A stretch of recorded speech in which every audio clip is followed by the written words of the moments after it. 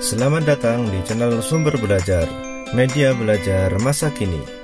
Mari kita belajar materi kelas 5, tema 1, subtema 3, pembelajaran pertama, tentang lingkungan dan manfaatnya.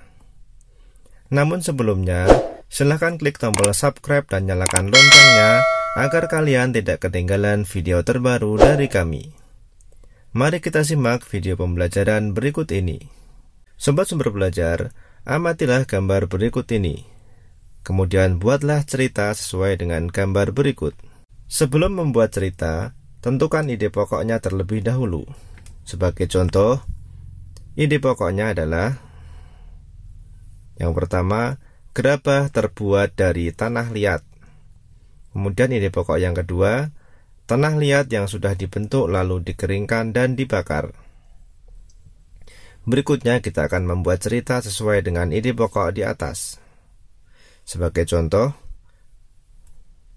pada paragraf yang pertama, gerabah terbuat dari tanah liat. Tanah liat yang digunakan merupakan tanah liat yang halus dan lembut tanpa tercampur kerikil atau benda-benda lainnya.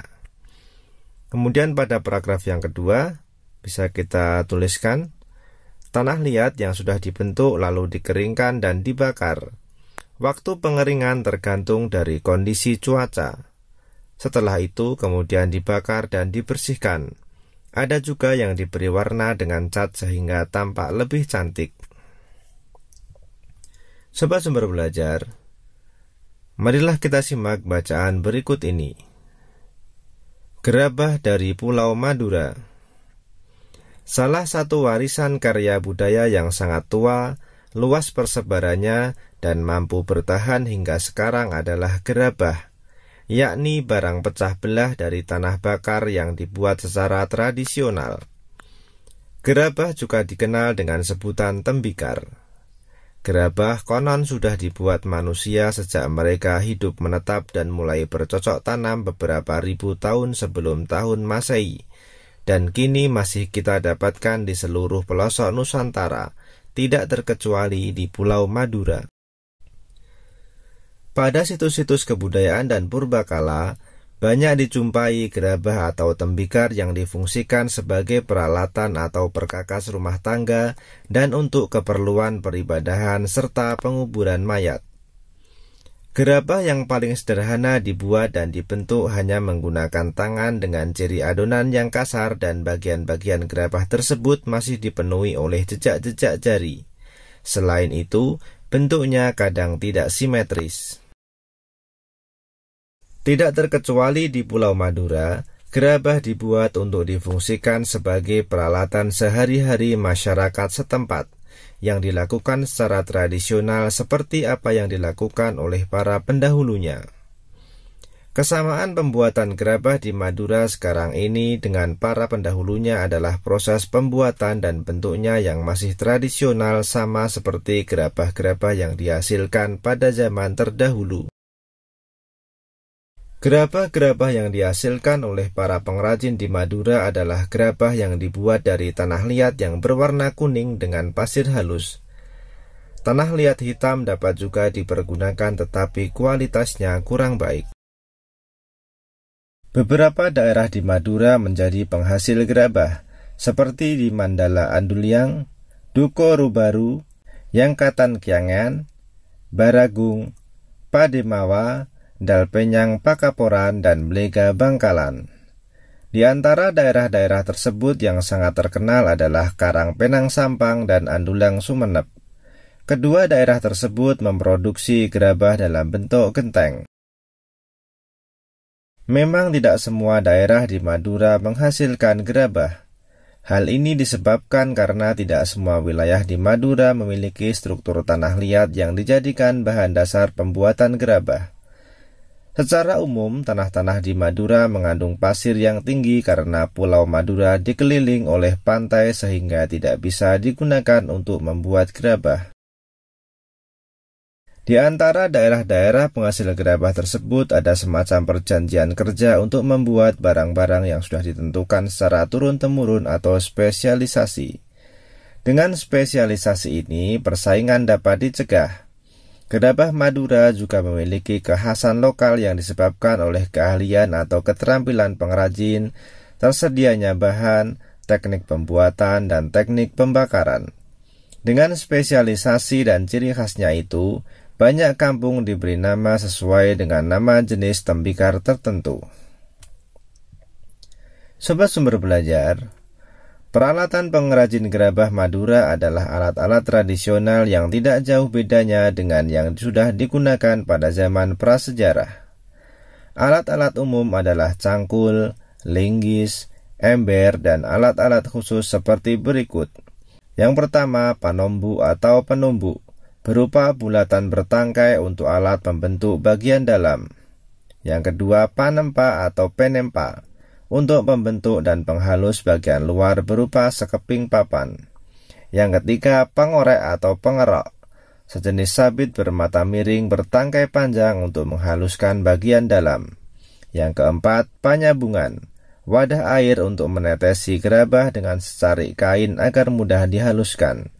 Yang kelima, pangelet, secarik kain untuk membentuk bibir gerabah. Yang keenam, panganjakan, sejenis nyiru untuk ayakan pasir. Yang ketujuh, pangabuan, tempat abu. Yang kedelapan, panompal, alat menyisikan abu dari pembakaran. Yang kesembilan, werkower, galah berujung kawat lengkung. Yang ke-10, pamatong, sejenis pisau atau kawat pemotong tanah liat. Yang ke-11, pungku, pembakaran gerabah. Adapun proses pembuatan gerabah dilakukan dengan tahapan-tahapan yang harus dilakukan secara berurutan. Proses pembuatan gerabah tersebut sebagai berikut. Yang pertama, menyiapkan bahan berupa tanah liat. Yang kedua, mengaduk tanah liat dengan dicampur air. Yang ketiga, setelah jadi adonan, diambil perbongkahan untuk dibuat bentuk kasar. Yang keempat, dengan menggunakan kain pangelet, bibir atau pinggiran bongkahan dibentuk sehingga bulat melingkar. Yang kelima, bila yang dibuat sejenis periuk, maka ketika pinggiran atau bibir sudah jadi lalu diangin-anginkan. Baru kemudian membuat bagian perut yang terpisah dengan bibir. Kemudian setelah jadi, perut dan bibir disambung dan diperhalus. Langkah yang keenam, bila yang dibuat bertelinga atau bertangkai, maka dibuatkan telinga atau tangkai untuk kemudian ditempelkan atau digabungkan dan diperhalus. Yang ketujuh, setelah halus dan diteliti kesempurnaannya, kemudian dijemur atau dibakar hingga benar-benar kering. Yang kedelapan, langkah terakhir setelah kering adalah dibersihkan. Namun untuk beberapa daerah ada yang masih menyempurnakannya dengan cat yang berasal dari lumpur. Sobat Sumber Belajar, keberadaan pengrajin gerabah di Madura ini telah banyak memberikan manfaat baik untuk pengrajin, pemakai maupun untuk masyarakat umum.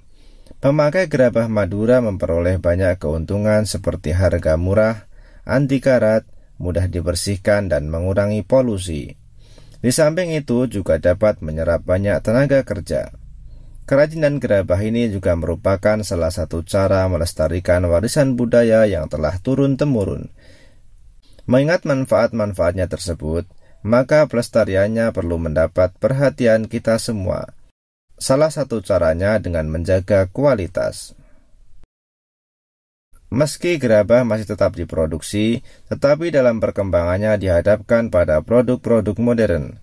Produk-produk modern tersebut tidak hanya proses pembuatannya yang modern, namun juga menggunakan bahan-bahan yang lebih praktis dan lebih tahan lama, seperti dari plastik, karet, besi, dan aluminium.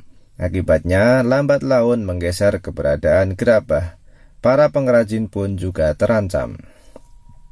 Sobat Sumber Belajar, setelah menyimak bacaan di atas, marilah kita tuliskan ide pokok setiap paragraf.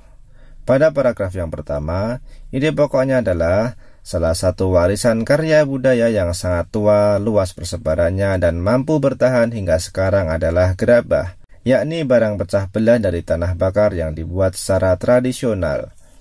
Pada paragraf yang kedua, ide pokoknya, pada situs-situs kebudayaan dan purbakala, banyak dijumpai gerabah atau tembikar yang difungsikan sebagai peralatan atau perkakas rumah tangga dan untuk keperluan peribadahan serta penguburan mayat. Pada paragraf yang ketiga, tidak terkecuali di Pulau Madura, Gerabah dibuat untuk difungsikan sebagai peralatan sehari-hari masyarakat setempat yang dilakukan secara tradisional seperti apa yang dilakukan oleh para pendahulunya. Pada paragraf yang keempat, gerabah-gerabah yang dihasilkan oleh para pengrajin di Madura adalah gerabah yang dibuat dari tanah liat yang berwarna kuning dengan pasir halus. Pada paragraf berikutnya, beberapa daerah di Madura menjadi penghasil gerabah seperti di Mandala Adulyang, Duko Rubaru, Yangkatan Kiangean, Baragung, Pademawa, Dalpenyang Pakaporan, dan Blega Bangkalan. Paragraf yang keenam, tidak semua daerah di Madura menghasilkan gerabah. Berikutnya pada paragraf yang ketujuh, di antara daerah-daerah penghasil gerabah tersebut ada semacam perjanjian kerja untuk membuat barang-barang yang sudah ditentukan secara turun-temurun atau spesialisasi. Pada paragraf yang ke-8, peralatan pengrajin gerabah Madura adalah alat-alat tradisional yang tidak jauh bedanya dengan yang sudah digunakan pada zaman prasejarah. Pada paragraf berikutnya, proses pembuatan gerabah dilakukan dengan tahapan-tahapan yang harus dilakukan secara berurutan.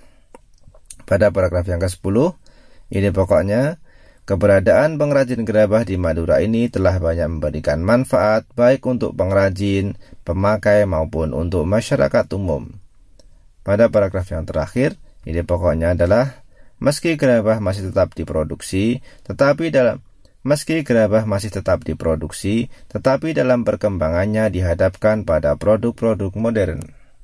Sobat Sumber Belajar, demikian penjelasan dari kami. Jangan lupa like, share, dan subscribe channel Sumber Belajar.